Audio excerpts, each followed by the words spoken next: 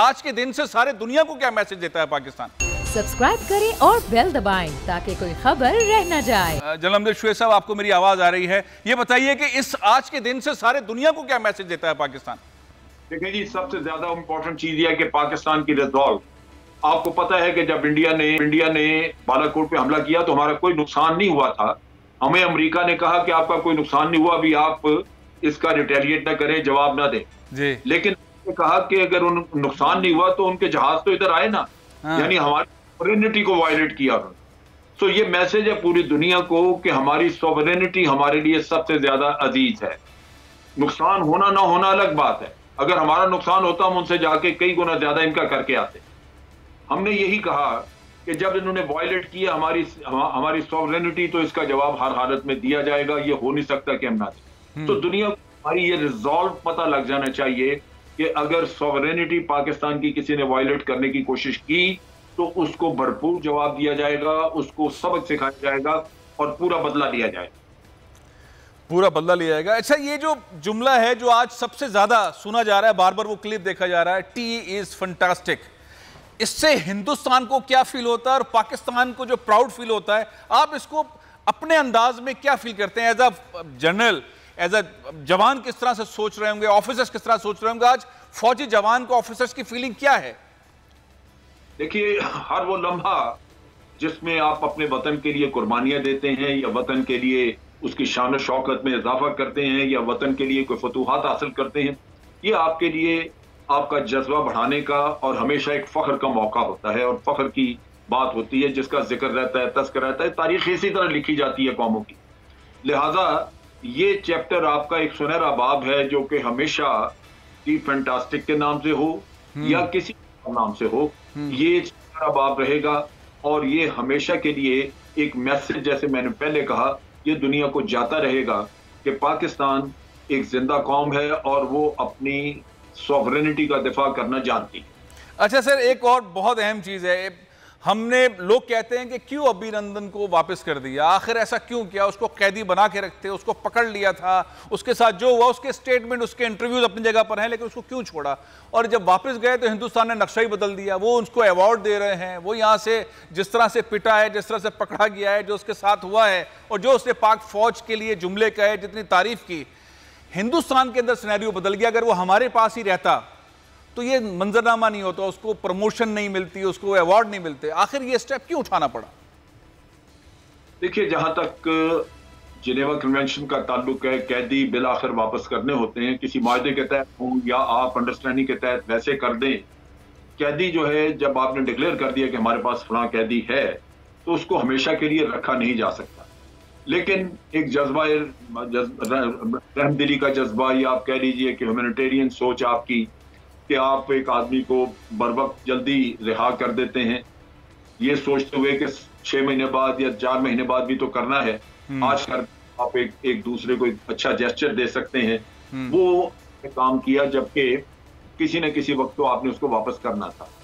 दूसरा ये है कि जहां तक भारत का ताल्लुक है, ये बड़ा एक अजीब सा किस्सा है, ये अपनी कौम को दिन रात बेवकूफ बनाते हैं बुनियाद पे, झूठ की बुनियाद, क्योंकि जो है उनकी सक्सेस यही है कि कौम को बेवकूफ बना के उनसे वोट बटोरते रहे। वो हिंदुत्व का जज्बा हो, एंटी मुसलमान हो, एंटी पाकिस्तान हो, ये वो नारे हैं जो वो लगाते रहते हैं। ये जो उन्होंने दिए उसको, वो उस झूठ की बुनियाद पे दिए उन्होंने, जो उन्होंने कहा, एक कहानी घड़ी कि अभिनंदन ने पहले एक F-16 गिराया था, फिर अभिनंदन जहाज गिराया गया।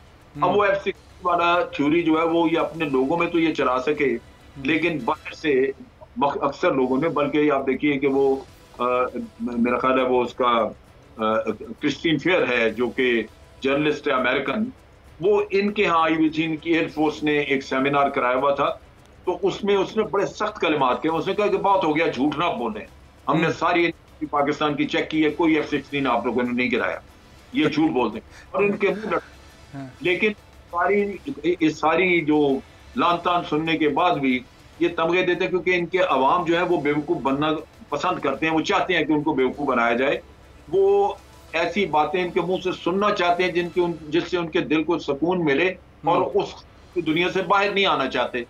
चुनाव के लीडर उनको ऐसी कहानियां सुनाते रहते हैं, वो से ज्यादा आगे सोचते नहीं है कि ये ना हो ये सुहाना ख्वाब टूट जाए, लिहाजा छूटी दुनिया में रहना पसंद करते हैं और यही उनके लीडर फायदा उठा रहे हैं। जैसे सर्जिकल स्ट्राइक की कहानी सुनाई थी, आप सोच लीजिए, सर्जिकल स्ट्राइक, तो ये उनका मसला है बहुत बड़ा।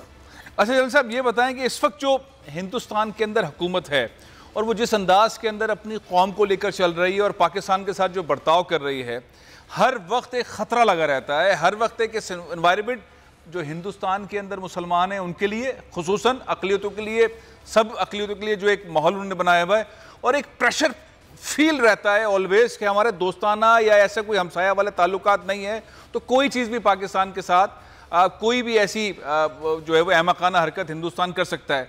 ये टेंशन किस तरह से फील होती है फौज के अंदर, जवानों के अंदर, क्या तैयारी रहती है हर वक्त? आज का दिन ये बार बार सोचने का भी है कि अगर दोबारा कभी हरकत की तो हम तैयार हैं। वैसे ओवरऑल इंडिया को देखते हुए फौज की तैयारी किस तरह की रहती है? देखिए, जहां तक पाकिस्तान का ताल्लुक है, दो चीजें हैं। एक ये जो ये टेक्नोलॉजी या जो वेपन सिस्टम्स ये एक्वायर करते हैं, सीनियर कमांड हमारी उस पर निगाह रखती है और फिर उसका तोड़ हासिल करना ये आपकी एक जिम्मेदारी बन जाती है अगर आप अपने वतन का दिफा वाकई करना चाहते हैं। दूसरा जो लेवल का है, नीचे लेवल का, वो है कि जो भी हथियार आपको दिया जाता है फिर आप उस पर ट्रेनिंग इतनी अच्छी करें कि आप वाकई उस हथियार का बेहतरीन इस्तेमाल कर सकें।